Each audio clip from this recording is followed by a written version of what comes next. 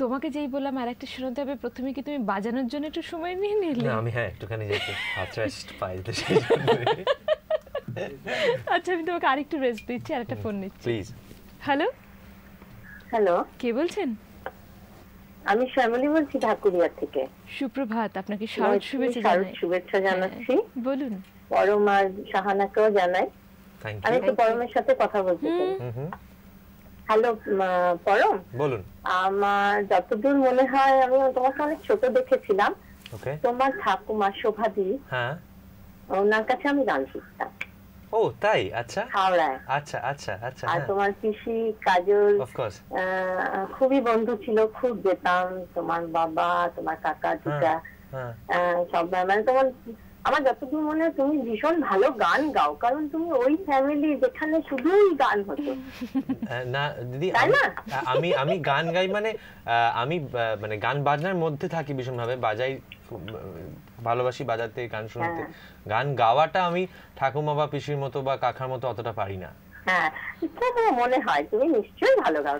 আপনি এটা ঠিকই বলেছেন, আমি এতক্ষণ জোর করছিলাম না আজ এই প্রথমবার এসছে বলে, কিন্তু আপনার প্রশ্নটাতে আপনি একটা জিনিস লক্ষ্য করেছেন, প্রথমে আর চোখে আবার দেখে নিল কে ওকে দেখছে।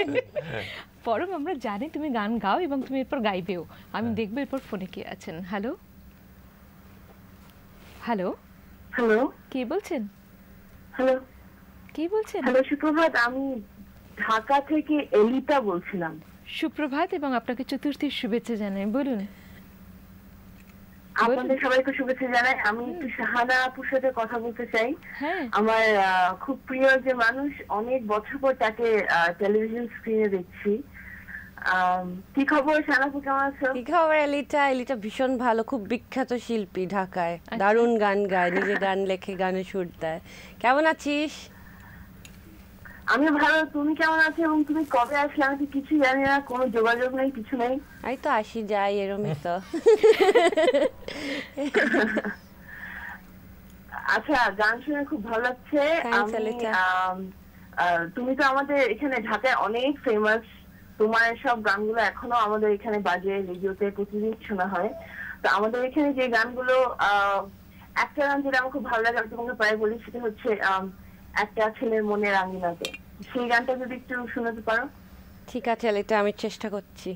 হ্যাঁ, আপনি সঙ্গে থাকুন। আর এলিটা, আপনাকে একটাই জিনিস বলি, আজ সকালের আমন্ত্রণেতে এবং তারা মিউজিকের সঙ্গে থাকলে না, দেখবেন সব মানুষের সঙ্গে, চেনা মানুষগুলোর সঙ্গে ঠিক দেখা হয়ে যাবে। কেমন? সঙ্গে থাকবেন। কোনটা শুনবে? আচ্ছা, আমি এখনো আমার পরমকে চাপ দিচ্ছি না, এখনো তোমার কাছেই যাচ্ছি। অনেক রিকোয়েস্ট জমে গেছে, তুমি তার থেকে কিছু শুনিয়ে দেবে? আমি একটা কীর্তন, বৈষ্ণব পদাবলী না করে একটা কীর্তনাঙ্গ। কোনটা শোনাবে? ও যে মানে না মার, এরকম কোন গান আছে যেটাতে ও গলা মেলাতে পারবে? সবেতেই পারবে পরম গলা মেলাতে। করে দিচ্ছে না, না জাস্ট করছে না। ওটাতে আসছি আমরা, তুই আপাতত তুই গানটা গা। হ্যাঁ দাঁড়া,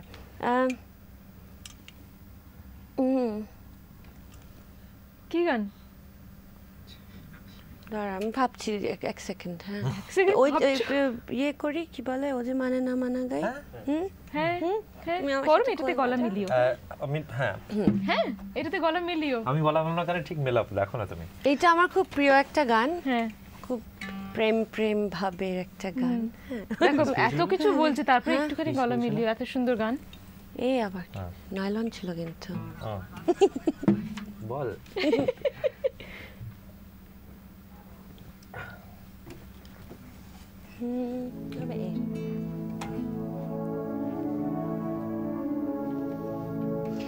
আমি একটা কথা বলতে চাই এই গানের আগে।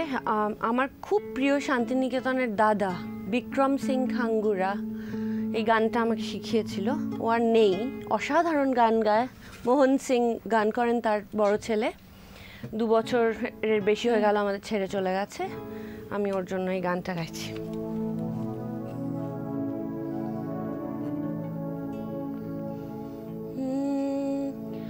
ও যে মানে না মানা, ও যে মানে না মানা, আঁখে ফিরাইলে বলে না না না, ও যে মানে না মানা, ও যে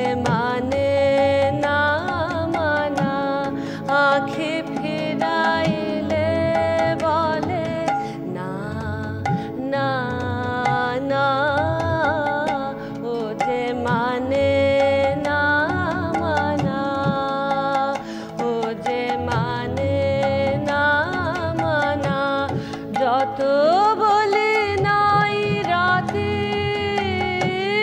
মলিন হয়েছে বাতি, যত বলি নাই রাতে মলিন হয়েছে বাতি, মুখ পানে বলে না না না, ও যে মানে না মানা, ও যে মানে না মানা, আঁখি ফিরাইলে বলে না না না, ও যে মানে না মানা, ও যে মানে না মানা, বিধুর বিকল হয়ে খাবা পবনে